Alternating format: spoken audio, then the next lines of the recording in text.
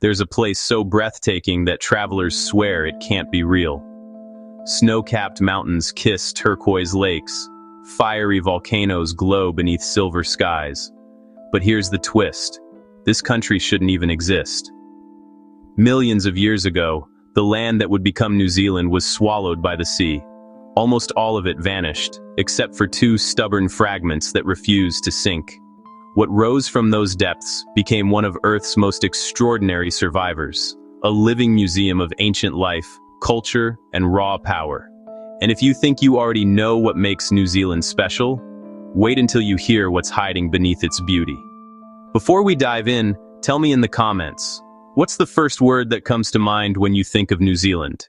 Picture the world 140 million years ago. Dinosaurs rule the continents, and the supercontinent Gondwanaland stretches across the southern hemisphere. Somewhere on its eastern edge lies a fragile piece of crust, a piece that one day will tear away and drift into the unknown. That fragment was Zealandia, a continent so thin and light that most of it couldn't stay above water. Over the next 100 million years, the ocean devoured almost all of it. But two tiny pieces refused to drown.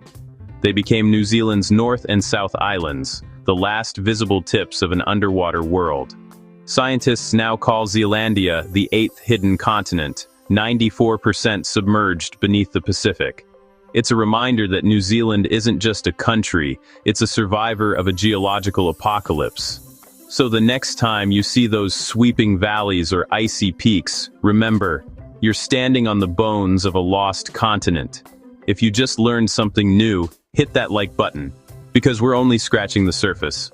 But what happened on those lonely islands after the rest sank will blow your mind. Isolation can destroy, or it can preserve, perfection. New Zealand spent 80 million years alone, completely cut off from the rest of the world. While continents evolved new mammals and predators, this island stayed frozen in time. No lions, no snakes, not even a single native land mammal, just two tiny species of bats. Everything else evolved in ways seen nowhere else on Earth. Meet the tuatara, a reptile older than the dinosaurs, whose third eye still peeks through its skull. Or the kiwi, a bird that forgot how to fly because it never had to run from predators. And then there's the kakapo, a giant parrot that climbs instead of flies, smelling faintly of honey and moss. These creatures are living fossils, echoes of an ancient world that time forgot. Even the trees tell the same story. Towering kauri forests have watched the earth change for over 2,000 years, silently recording centuries of wind, ash, and rain.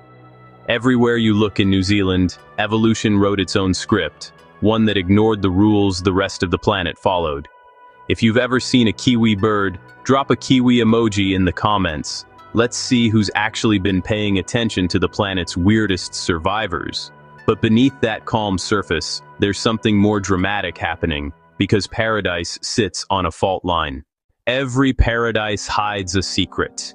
And New Zealand's secret is that it's constantly trying to tear itself apart. The entire country sits right on top of the meeting point of two massive tectonic plates, the Pacific and the Australian. They grind against each other day and night, forcing mountains skyward, splitting valleys open, and boiling water straight out of the ground. That's why, under those green hills and quiet lakes, the Earth never really sleeps. In the North Island, volcanoes like Mount Ruapahu and Tongariro rise like fiery gods. They're not extinct, they're waiting.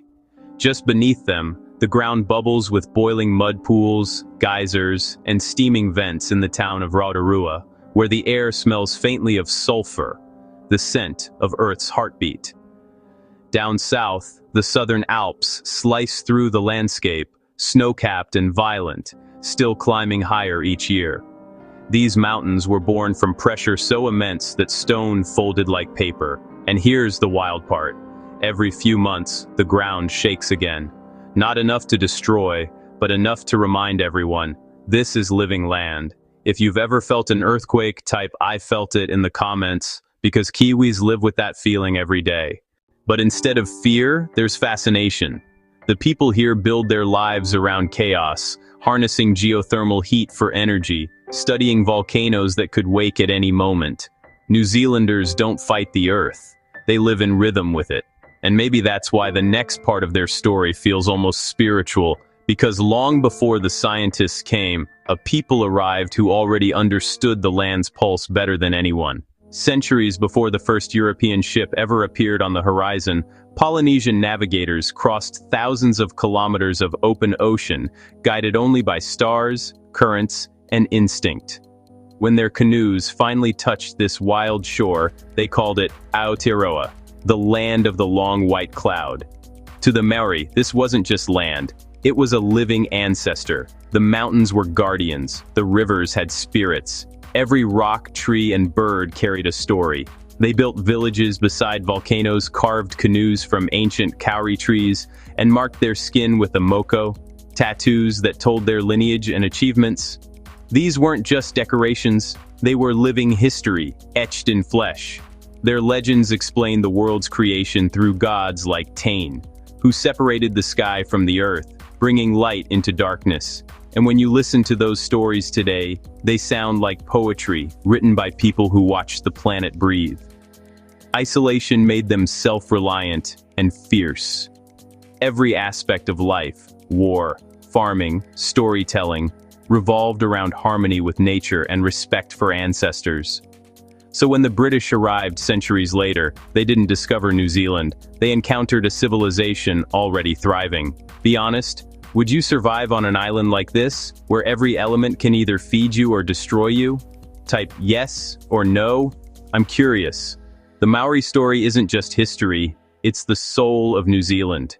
Even today, the language, traditions, and sense of guardianship over the environment come directly from that legacy. They understood something the rest of the world is still learning. That real power doesn't come from conquering nature. It comes from living in balance with it. And that balance would be tested again, when explorers arrived from across the sea, bringing a collision of worlds that would reshape the islands forever. When the first European ships appeared on the horizon in the 1600s, New Zealand's story shifted, not ended, but evolved. The British saw untamed wilderness. The Maori saw their ancestors' body, land that lived, breathed, and protected them. The clash between those two worldviews would change everything. In 1840, the Treaty of Waitangi was signed, a promise meant to unify two peoples under one nation. But like most promises written in ink, it wasn't perfect. Land was taken, languages suppressed, and entire generations of Maori struggled to hold on to what defined them. Yet, instead of disappearing, Maori culture adapted. It absorbed, resisted, and eventually re-emerged stronger than ever. Today, walk the streets of Wellington or Auckland and you'll hear two languages spoken side by side, English and Te Reo Maori. Schools teach ancient songs, performers at rugby games still perform the haka, a war dance so powerful it silences stadiums worldwide. And the meaning behind it? Pride, unity, and defiance, a roar that says, "We are still here." New Zealand is one of the few places on Earth where two cultural worlds fused instead of one erasing the other. It's a country that carries its scars with pride, a living reminder that reconciliation isn't about forgetting, it's about remembering together. If you've ever seen the haka, what did it make you feel? Goosebumps or chills? Type it below. Let's see how many of you have felt that power. This is what makes New Zealand more than just beautiful. It's a living story of survival, pride, and rebirth. But now, let's step beyond the people. Because the land itself is so diverse, it feels like Earth showing off. Imagine waking up by a glacier and ending your day on a beach with black volcanic sand. That's just a regular Tuesday in New Zealand. It's the only country in the world where you can walk through rainforests, deserts, volcanoes, fjords, plains, and mountains, all within a few hours of each other. Head south and you'll find Fiordland National Park, where mist hangs low over dark waters, and cliffs rise like sleeping giants. It feels like nature whispering secrets from another time. Travel north and you'll find Rotorua, where the ground breathes, geysers shoot from the earth, and lakes shimmer like molten glass. Then there's Lake Tekapo, glowing turquoise under the southern Alps, and Mount Cook, New Zealand's tallest peak, cutting through the clouds like a blade of ice. The colors here don't look real. The lakes are an unnatural blue because of rock flour, tiny minerals ground by glaciers that turn sunlight into a surreal glow. Even the night sky feels different, clearer, deeper. You can actually see the Milky Way stretch across the darkness like a cosmic river. It's no wonder New Zealand became the backdrop for The Lord of the Rings. It's one of the few places that truly looks like Middle-earth. But even those cinematic views don't tell the full story, because beneath all that beauty lies something even more unbelievable, a hidden continent. If you could teleport to one spot in New Zealand right now, mountains, beaches, or geysers, which would you pick? Drop your answer below. What if I told you that all of New Zealand's wonders, the cliffs, the volcanoes, the valleys, are just the tip of something much, much bigger? For most of history, everyone assumed New Zealand was just another pair of islands in the Pacific. But in 2017, scientists dropped a bombshell. New Zealand isn't sitting on the edge of a continent, it is the continent. Hidden beneath thousands of meters of water lies Zealandia, the world's 8th continent, stretching nearly 5 million square kilometers. 94% of it is underwater. What you see, the mountains, the plains, the rolling farmland, are just the highest peaks of a sunken world. Imagine standing on a mountain and realizing you're on the roof of an entire drowned continent. That's New Zealand. Geologists believe Zealandia broke away from Gondwanaland over 100 million years ago, thinned by the shifting crust until most of it sank. But those few peaks that refused to go under became sanctuaries, the last untouched fragments of ancient Earth. So when you walk through a forest in New Zealand, you're literally walking on the last breath of a lost world. Mind blown yet? Type Zealandia in the comments if you'd never heard of the hidden continent before.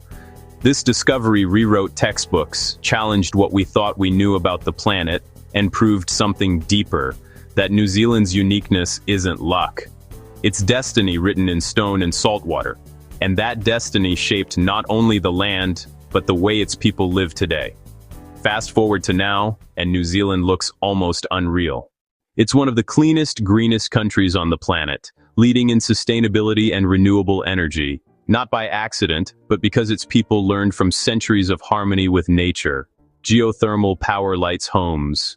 Wind farms spin across plains that once fed volcanoes.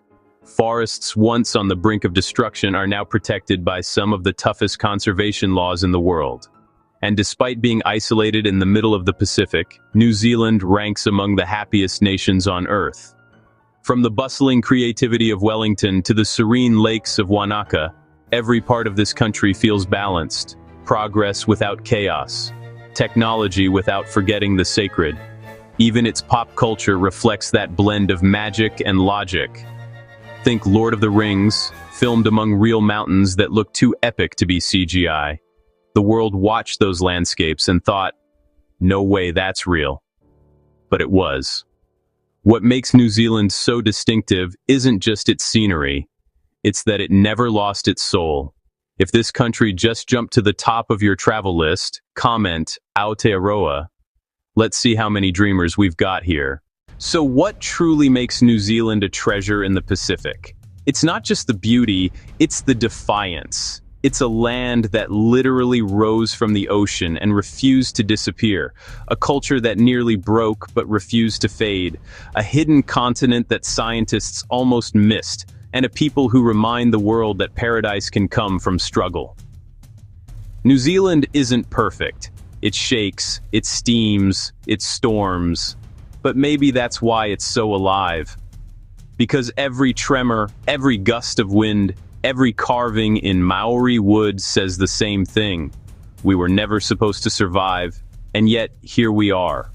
If this story opened your eyes, tap subscribe, hit like, and tell me, what's the one thing you'd want to experience first in New Zealand? I'll be reading your answers.